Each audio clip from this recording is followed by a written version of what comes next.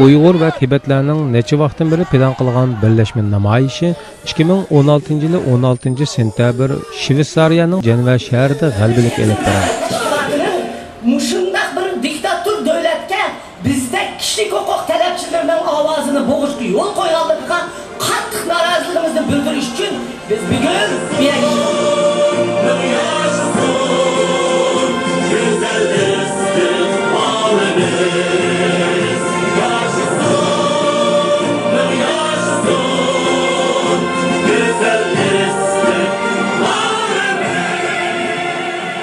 Dünya Uyghur Qurultayı bilan Tibet erkinlik harakatining hamkorligida tashkillangan bu namoyishga Yevropada yashayotgan har qaysi davlatlardagi Uyg'ur Tibet aktivlari, Yevropalik har xil irqqa tava qo'llovchilardan tashkil topgan 1000 dan ortiq kishi qatnashdi. Faoliyat ishtirokchilari BDT binosining oldidagi maydonga kelib bargoh qurdi va saf tuzib jaranglik shuarlari va ta'sirli xitoblari bilan Xitoy hukumatining Uyg'ur Tibet rayonlaridagi kishilik huquq dafsandichiliklarni aybladi. BDTning Jenevadagi ish bajarish o'rni oldidagi maydonda Dünya Uyg'ur Qurultayining raisi Rabia Qadir xonim bugungi bu faoliyat nihoyat muhim bir tarixiy ahamiyatga ega faoliyat. Çünkü biz men turmudan chiqqandan tatib va uningdan baldur bizning inqilobchilarimizniki Birlashgan Davlatlar Tashkilotida so'zlash huquqi bor. Çünkü Birlashgan Davlatlar Tashkilotining kuzatish huquqiga ega bo'lgan tashkilotlar bizning Uyg'ur xalqining Birlashgan Davlatlar Tashkilotida yilda 4 qitim 5 qitim qilingan kishilik huquq yig'inlarida va boshqa forumlarda Uyg'urlarga özünün sözleş hukukunu verip bizlige hemkarlaşıp bizim kollap gelgen. Xitoy hükümeti 53 devletinin kişilik hukuk şu azası şu devletlerin katardı boğaçka bu kıtım şunun özünün bu hukukundan faydalanıp Tibet halkının, Uygur halkının Birleşken Devletler Teşkilatı'nda sözleş hukukunu vatanın içiyle emez, vatanın peşidimi boğup, özününki diktatör ve özününki bu dünya terörizm hareketini hatta Birleşken Devletler Teşkilatı'nın içidimi icra kılıp, bizge sözleş hukuku veren teşkilatlarının bu yerdeki hukukunu yaplaşıran.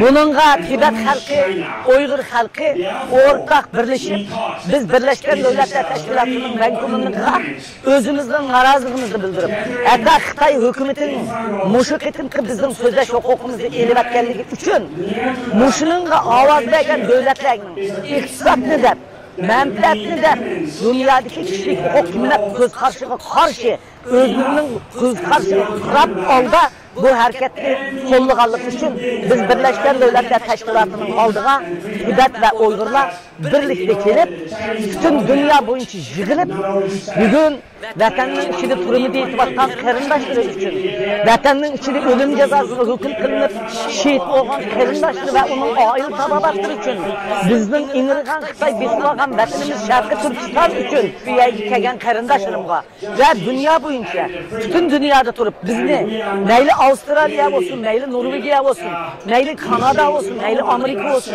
neyli Germaniya olsun iqtisadi jihatdan qo'llab, o'sha qo'llagan qarindoshlarımızga ham rahmat etqash, bugungi bu faoliyatning intayin zo'r natijasini buldiganligini, bugun Birlashgan Davlatlar Tashkilotining ichida kishilik huquq muhokamasi bo'layotgan 190 dan ortiq davlatning vakillari qatnashayotgan mushundaq bir paytda bizning ovozimiz mana Birlashgan Davlatlar Tashkilotining, bizning ovozimiz Birlashgan Davlatlar Tashkilotining ichida ovozimiz dunyoga anglatilyapti. Tibet'nin, Uygur'un azatlık üçün, hatta Çex'nin burun prezidentimizden takip, Şveysariyanın parlamentimizden takip gelip, özünün avazını bir yerde bizim Uygur'un azatlık üçün ve Tibet'nin azatlık üçün, bulanın Xitay'nın adaletsizlik uçuravatkalık üçün narazılığını bildiriyatdı.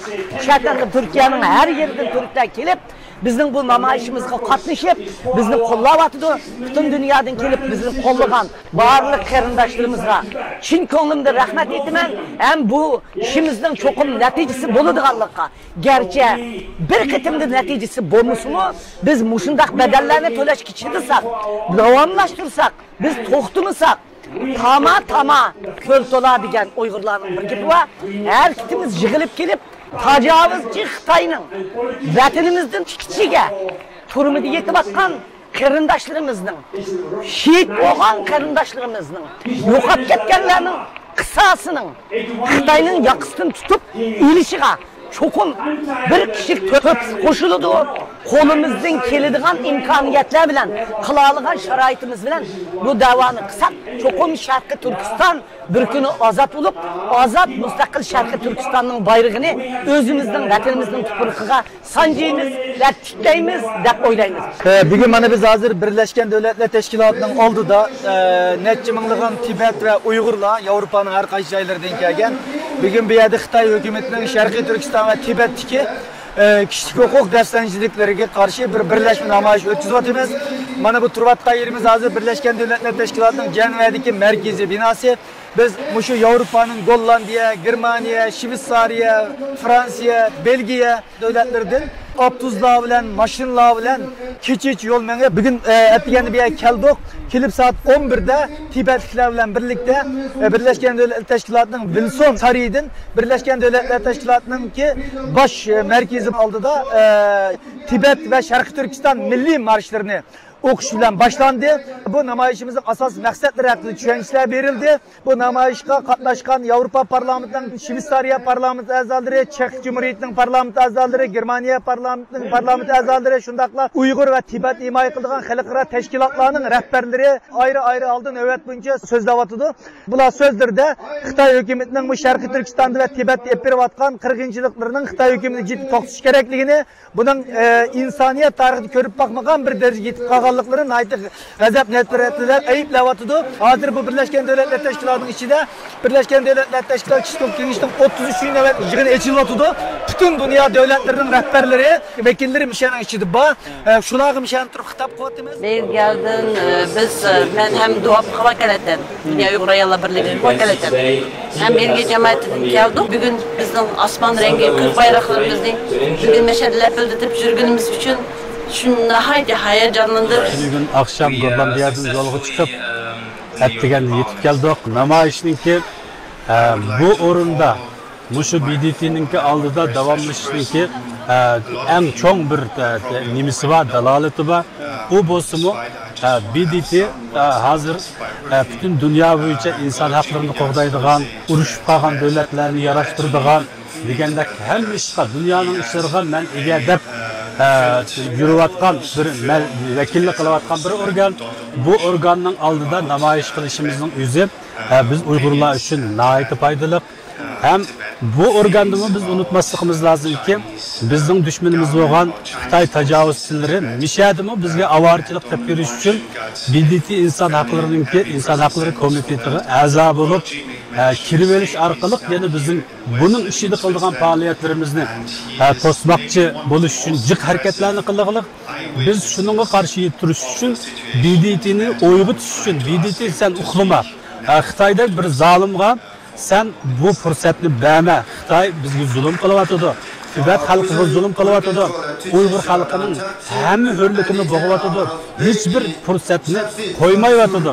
Sen dunyodagi izilgan millatlarga haqiqiy shaklda egi chiqadigan bo'lsang, Xitoydagi zolimni bu inson haqlari komitetidan qo'g'lab chiqarishing lozim deb shu maqsadda bugün bu o'rinda namoyish qilib turibdi. Hamda biz Gollandiyadagi vatandoshlarning yurak salomini deydigan bo'lsak, biz vatan millat yo'lida biz eng boshda samimiy bo'lishimiz lozim. Sodiq bo'lishimiz lozim. O vaqtida bizninki hamma ishlarimiz yaxshi shaklda vujudga chiqadi, o'rinlanadi. Boshqalarni bizning borlig'imizni qabul qiladi. Mushu bayroqni ko'tarish irodamiz bo'lsa, nadili bo'lsa ko'tarsak, bizning talab qilingan vaqtida kelsak, shu yerga kelsak, biz ishlarimizni g'alaba qilamiz deb o'ylayman. Bugün köyümüzdeki yaxshi bir faoliyat elib berilyapti namoyish. Yani bunun o'rlashtirilishda Dunyo Qurultaydan biraz to'lqin bilan xabarlash, aloqalash orqali ba'zi tayyor xizmatlarni ishlashga tirishdim. Shveysariyada va atrofdagi davlatlarga Shveysariya Sharqiy Turkiston tashkiloti institutimiz bilan bu yerda qarindoshlarimizni, ya'ni Turkistonlik Uyg'ur qarindoshlarimizni harakatlantirishga safarbar qilishga tirishdik. Va undan keyin Turk tashkilotlari bilan aloqalashib, ularning qatnashib berishini iltimos qildik va ulardan xeyli kelib qatnashganlar bo'lyapti. Shveysariyada 110 lik Uyg'urlar bor. Nasıl bugungi bu namoyish Shveysariya tarixidagi ilgari bir namoyish bo'ldi. Birleşim bundaq namoyishlar bir necha qatim bo'ldi. Bugun shu namoyishlar, shu namoyishlarning birdan qarsaqında çok birleşim bir yaxshi namoyish deb qarayman. Vatandaşlarımızga birlik, beraberlik, ittifaqlik, kelgusimizga erkinlik tilayman.